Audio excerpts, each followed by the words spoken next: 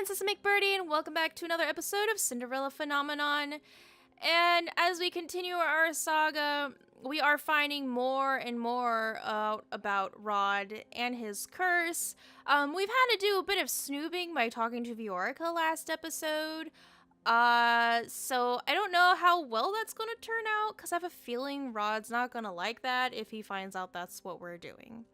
But we're back at the Marchand right now. Waltz is the only person in the reception room when we enter. Prince Rod? Princess? It's a little late for the two of you to be here. I'd meant to be here earlier. Is Lady Parfait here? Waltz nods. Why does he look so worried? I'll go get her. Wait here. As soon as Waltz leaves us alone, Rod turns to me, his expression rigid. Rod steps closer and grabs my shoulders. It's a bit rude. Whoa, he looks angry. Whoa. Does Sebi look angry too? I can't tell. I wasn't able to say so earlier because we were out in public, but you should know just how much danger you're in now, and yet you thought it was okay to go around on your own? It was my day off today. It is not unreasonable for me to want time for myself. Time to yourself? Don't you understand the meaning of be careful? Why would you do something as foolish as going out into town alone? I cannot help but bristle at his tone. Why are you so angry? Because you're... Rod trails off and looks away. Because you're family. So you are finally acknowledging me as family. I notice his cheeks turning red. To be honest, you're less of a family member and more just... important. Important? Because of all that you do for Emmeline. You're important to my sister. He looks uncomfortable as he says the words, and I cannot help but marvel at his embarrassment. Why is he so embarrassed? But Rod changes the topic as he turns away from me. Why were you with Viorica? Uh-oh. I can only think of one reason you'd speak to her. My curse. You thought you'd find out about my curse through her? I shrug. I can only assume that your curse has something to do with Viorica. I look up when Rod says something, then stares at the curious sight before me. He has taken Sebi off his shoulder and is holding the doll in his hands, away from his face. The two seem to be engaged in some silent conversation. Then gently, Sebi speaks words I can hear. This is the right thing to do. You need to let her help you, Rod. Rod bites down on his lower lip before briefly closing his eyes. Eventually, he returns Sebi to his usual spot on his shoulder and turns to me. Fine. You're stubborn and you're not going to quit investigating unless I tell you, are you? You're right. Viorica is the reason I was cursed. Rod sits down on the settee and lets out a heavy sigh. His eyes are far away as he speaks to me. Woo, we're getting somewhere. I was in love with Viorica, but I wasn't brave enough to tell her. I just followed her around like some kind of puppy. One day, Viorica hadn't come home, and it was raining very heavily, so I went out to look for her. I found her walking along the bank of the river. I called out to her to tell her to be careful, but I don't think she ever heard me. She slipped and... Rod swallows. He clenches one of his hands into a fist. She fell into the river. I dived in after her. I somehow managed to get both of us onto the riverbank, but it didn't look like Viorica was breathing. I didn't know what to do. I started panicking. I ran off to try and find help, but I couldn't find anyone in the storm.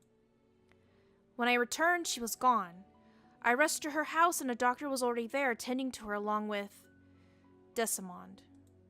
Rod's gaze is vacant as he nods. When Viorica began to fall in love with Desmeon, I felt helpless. Did you not tell her that you were the one that saved her? Why would I? Viorica was so happy believing that she and Desmeon were fated to be together. I couldn't do that to her. But surely if you told her... Rod interrupts me. I want the people I love to be happy. I don't care if their happiness causes me pain. I'd rather bear that alone instead of bringing down those around me. My chest aches as I watch Rod's face. I never would have guessed that Rod would be so selfless. But that didn't stop me from thinking that I could still make her love me instead. I decided to become what I thought Viorka wanted most, the Prince Charming of the fairy tales she so adored. And so I asked a witch to turn me into one. She stole my voice in exchange. Only then did I realize that she had inflicted the fairy tale curse upon me, the mermaid's curse. The next day the king turned up at our house, proclaiming that he'd been looking for my mother for years and that he'd never stopped loving her. When the king married my mother, I became a prince. It was just as the witch promised. But it didn't matter. I didn't see it when I made the deal with the witch, but I couldn't be blind to it forever. Desmeon and Viorka really do love each other. They make each other happy. Nothing I can do will ever change that. Rod, Prince Rod? Oh! Parfait pauses in her tracks when she sees me. Have I interrupted something? No. Rod moves over to Parfait, but he stops to glance back at me. I won't be long. Parfait looks at Rod and then at me, her face puzzled, but she doesn't say a word as Rod and her leave the room. Whew. That really sucks, dude. But you should have said something. I did not get the chance to discuss Rod's curse with him later that night, nor did I get the chance to speak with Parfait and Delora about my suspicions of Sir Alcester. Days go by, but still I find myself overwhelmed by preparations for the ball. Things become more frantic every day, making it difficult for me to have any time to speak with anyone. Eventually, I decide to write a letter containing my suspicions of Sir Alcester. I tell Parfait and Delora that I believe he might be the witch they are looking for. I also add that I believe Fritz might somehow be involved, though my suspicions are not as well founded with him. To make matters worse, he went and disappeared. I've not heard anyone mention his name here for a very long time. Ooh! I am forcefully pulled from my thoughts when I collide with someone. The linens I had been holding scatter over the floor. Well, that sucks. Excuse me, I did not... I look up and my voice trails off when I see who I bumped into. Lost in your thoughts? Sir Mithros looks at me, something veiled in his smiling eyes. I suppose those are the linens the Queen asked for? Yes, please excuse me. I begin gathering up the linens, but as I reach out for one, Sir Mithros picks it up first. Allow me to help you. I will be fine. But this was partially my fault. Let me assist you. I bite my lip and do not protest as Sir Mithros helps me gather the rest of the linens. I'm contemplating my schedule for the rest of the day when I realize that Sir Mithros has been talking. I don't suppose you have any idea on who that maid is? Maid? There is cold amusement in Sir Mithros' gaze. Surely you've heard the rumor of the young prince having been seen with a royal maid somewhere around town. Rumor has it that Prince Rod has found love among the common folk, much like his royal stepfather has. Rod with a maid? As far as I'm aware, the only maid he has been out in town with has been... I freeze as Sir Mithros straightens, patting down his clothes for dust before holding out some of the linens to me. If it is true, I wish him the best, though I wish he would be more discreet about it. A royal scandal is the last thing we need right now. I shakily take the linens from Sir Mithros as he inclines his head to me. Have a good day, Lucette. I walk to the dining hall in a haze, my mind whirling with the implications of what Sir Mithros just said. I am sure it was those noble women who spread this rumor. Ah, Lucette, thank you for bringing these to me. Just leave them on the table. I curtsy after placing the linens down as commanded. If that is all... Lucette. I straighten at the tone of Ophelia's voice. When I look up, I see that her expression is carefully still. I am about to ask you something that you might not want to answer, but I very much hope you will. I will answer if I can. Good. Ophelia sighs as she sits down on one of the dining table chairs and folds her hands on her lap. I've been trying to ignore it since palace gossip is mostly false, but I can't help my curiosity. I wanted to ask about your relationship with my son. What? I understand you and Rod were out together in town a few days ago. Do you want to tell me what happened? Explain the situation. If Ophelia's asking me about these rumors, then I can only imagine what sort of story those women made up. Prince Rod was just on his way somewhere when he chanced upon me.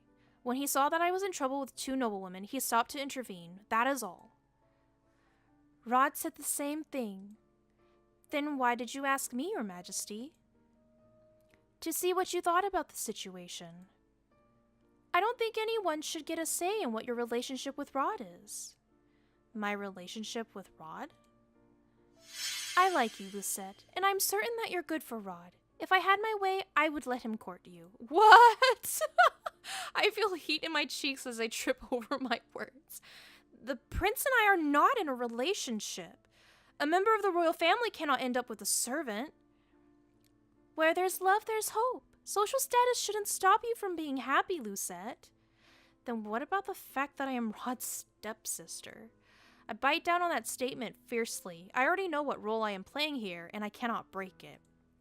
Ophelia looks at me with a complicated expression before she sighs. I will not push you on this any further.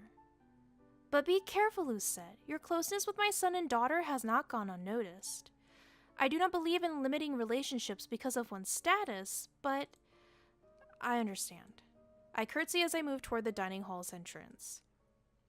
What did Ophelia mean by that closeness not going unnoticed?